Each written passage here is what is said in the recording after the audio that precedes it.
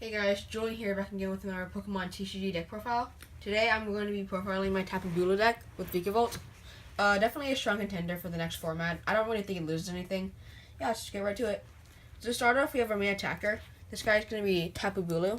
So what TapuBulu does, it has three pretty good attacks. The first one is Horn Attack for 1 grass energy, and it does 30 damage. It's pretty mediocre. It's a good early game attacker. And if you're facing against Greninja, it's a pretty good turn 1 attacker because it can one-shot a Greninja or Staryu. Just not Talonflame if they're playing it. So its actual attack that we're going to be using a lot is Nature's Judgment for 2 grass and 1 colorless energy. It does 120 damage, and if you discard out energy attached to it, it does 60 more. So that's 180, and that really knocks out a lot of the Pokemon that we have in the format at this time.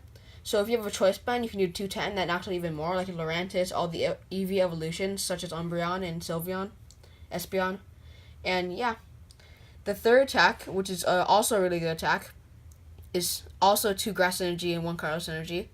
And it does 150 damage, and it heals all damage attached to this Pokemon. So for example, if you have a choice band attached to it, you can do 180 and heal all damage attached to you. So as you can see, the energy cost for that Pokemon is kind of bad. Two grass and a colorless isn't very good. So we play a 3-1-3 line of Vikavolt. So what Vikavolt does is has its strong charge ability. So basically, if you can search your deck for a grass and lightning energy and attach them to your Pokemon any way you like. So basically what we need to do, we need to attach a grass energy from our hand to TapuBulu, and then use strong charge to get a lightning and grass. So basically what this does, if I have a grass attached, and then I add another grass and a lightning, it powers up Nature's Judgment immediately. So with this deck, it can do 180 turn 2, which is really, really powerful. And Vikavolt also just has a pretty good attack. It's 150 damage, and you have to discard 3 energy attached to it. It also costs 4 energy. So it's a little bit expensive on the expensive side, but it's pretty good against things like Metagross, since it has resistance to Metal, but I think that's already a pretty bad matchup, so I think you're going to lose that anyway, but this is always an option. With a choice band, it can hit 180. That's pretty good. So as you can see, we play 3 Grubbin, but only 1 Charjabug. The reason we do this is because Charjabug has 90 HP, and we play Rare Candy, right? So that means you can evolve from your basic to your stage 2 in 2 turns, or 1 turn, I'm sorry.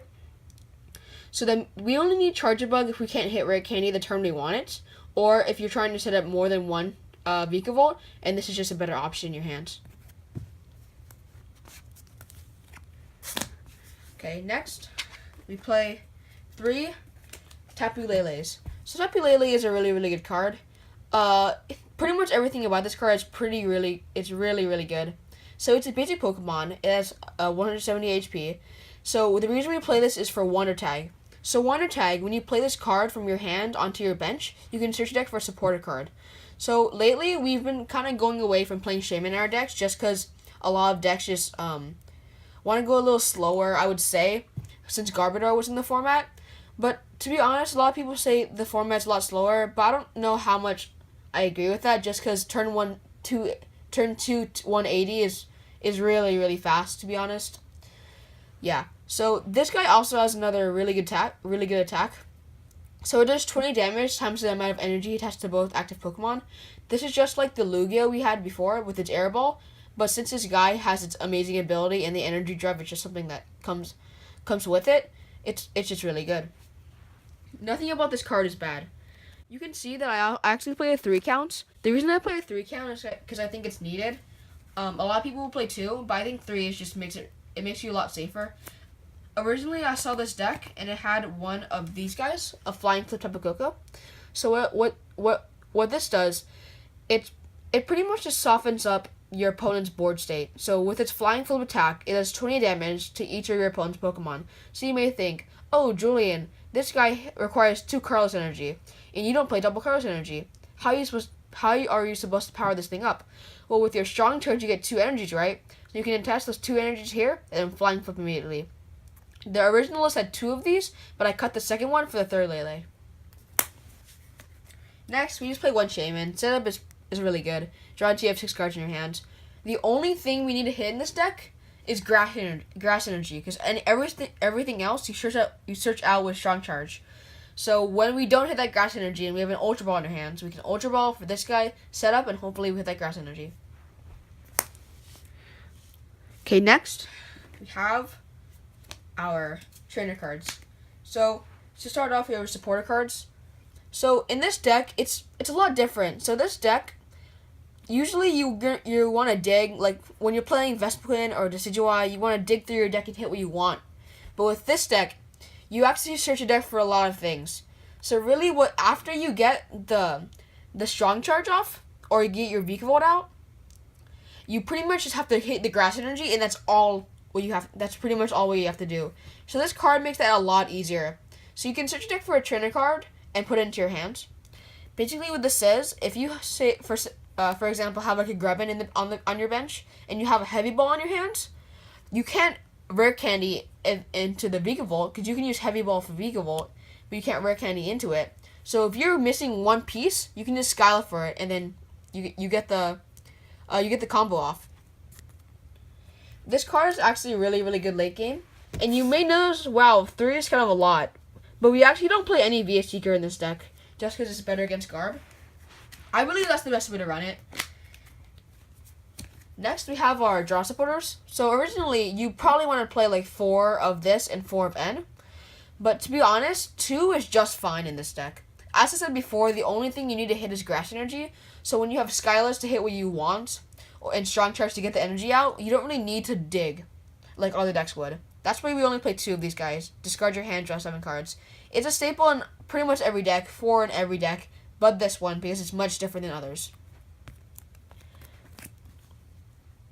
Next, we have 2 ends, as I was saying. So each player shuffles his or her hand into his deck, and then draws cards equal to the amount of prize cards. So this is also a 4 of in a lot of decks, maybe a 3 of, even a 2 of. But in this deck, we're actually playing a lower count, just because I said before, with the Sycamore. You don't really need to be digging for things, but this card is just really powerful early game to mess up your opponent's hand, or even late game to end them to a really small amount. Something I also want to mention with this deck is that if someone ends you, the only thing you need to hit is grass energy, right? So if they end you to 1 or 2, the chances of you hitting grass energy is not like the best, but it's a lot better than you having to dig for things like other decks would have to. So this deck is pretty powerful against N, and N doesn't really disrupt this deck as much as it would to other decks. And that's part of why I really like this deck. A lot of other decks, I play like a Rangaroo, so I can draw until I have 3 cards in my hands. And that just kind of N-proofs you. And I think it's really powerful in this game. I think people underestimate it. Next, we have 2 Lysander. Switch one of your opponent's bench Pokemon with his or her active. It's a staple in every deck. It's so good.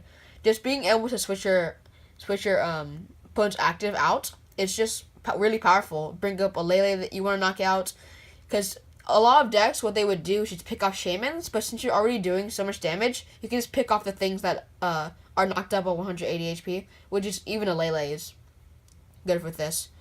But sometimes, for example, when I face Decidueye, a lot of times what I will do is avoid the Decidueye completely, or maybe like Sky Return out of it and then one-shot it with Nature's Judgment with a Choice Band.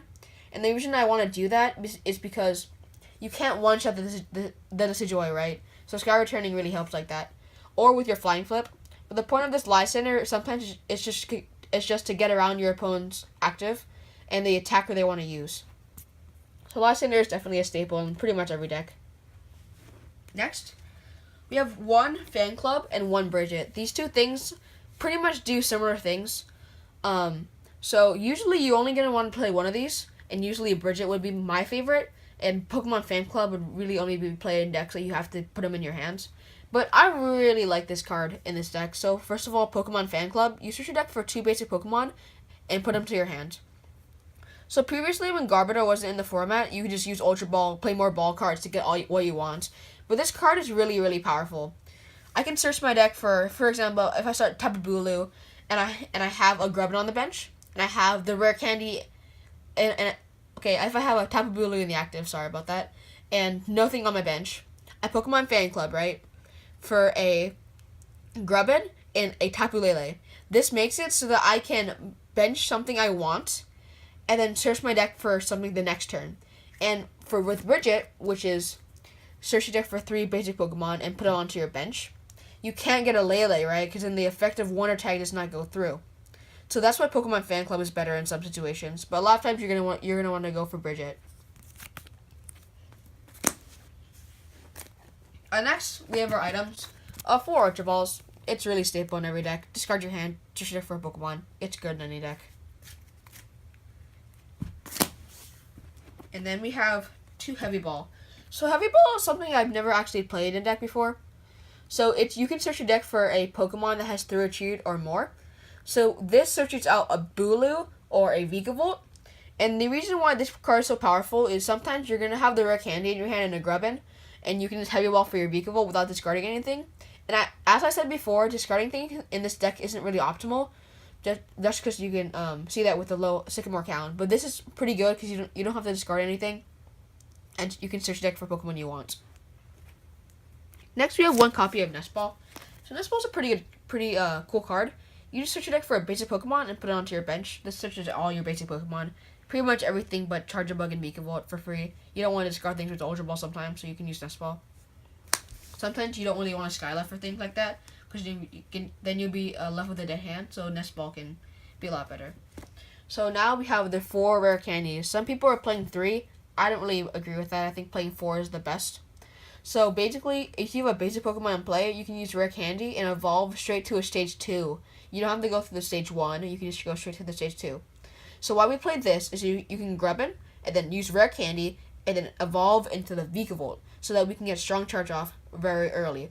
The reason we play 4 is sometimes we want to stream attackers and stream Vikavolt sometimes, just because it's a good attacker and sometimes. And as I said before, the only thing you want to hit is Grass Energy. So if you have 2 Vikavolts down, you don't have to hit anything. You can just search your deck twice for 2 grasses and 2 lightnings, and that just powers up your Bulu.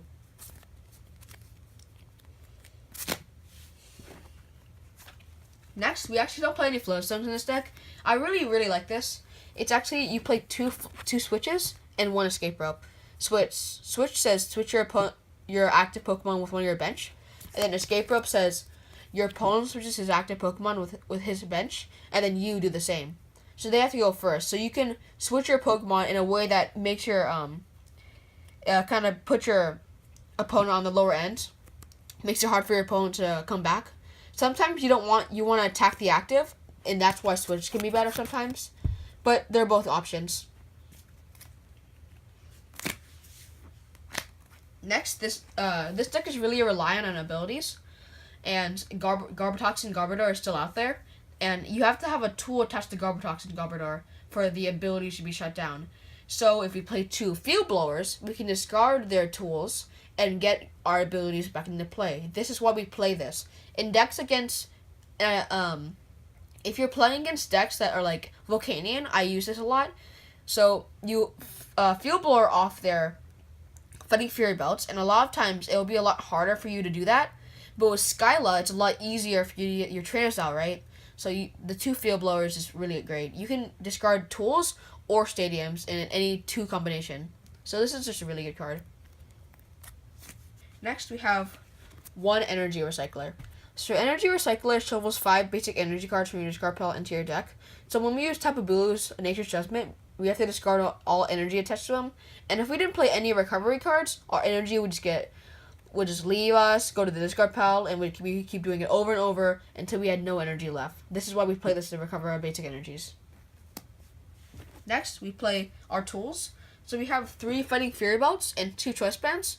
So I'll start with Choice Band. Choice Band gets you increases your damage by 30 to GXs and EXs. The reason why this is good is because you can hit 210, which knocks out EVs and a lot of Pokemon that can't be knocked out with just your Nature's Judgment. So this is why we play this. A lot of times with this deck, what decks with Choice Band want to do is use Choice Band and increase their damage so that their numbers are perfect. But with this deck, you're already hitting 180 without Choice Band, so sometimes you don't need this. And the reason why we don't play more of these is because sometimes your math just doesn't need to be fixed. and that's why we play three Fighting Fury belts. So Fighting Fury belt was kind of put off after Field Blower was printed. So it gives 40 more HP, right? And does 10, and your attacks do 10 more damage to everything, right? So before people thought, okay, you have it on, I'll just Field Blower it off. It's pretty much gone now. With Choice Band, you get the damage off when you attack with it, right? But with Fighting Fury belt, the math of your opponents is disrupted using the increased HP. So if the Field Blower is much more powerful against this, that's why people wrote this off. But sometimes your math just doesn't need to be fixed, and this is why we play this. So our TapuBulus are bulkier and do more damage. Maybe not as much as Choice Band would, but our math doesn't need to be fixed. Fighting Fury belt is a really good card in this deck, and if you're gonna play this deck, I would really recommend playing these over Choice Band. Next, we have our energy count. It's pretty simple: 7 grass energies and 5 lightnings. So lightning energy is just here so we can use strong charge. Of course, none of our attackers use lightning energy. I mean, I guess Vikavolt does if you want to attack with that. But grass energy is what we need to hit, right? So if you ever do find more spots, I would definitely recommend increasing the grass energy count, just because that's all you need to hit. And yeah, this is a good stable amount of energy. You hit what you want. And yeah, this deck is probably one of the most consistent ones I've played before. And yeah. Okay, well, if any of you guys try this deck out, be sure to comment down below. And I'll see you guys next time. Bye.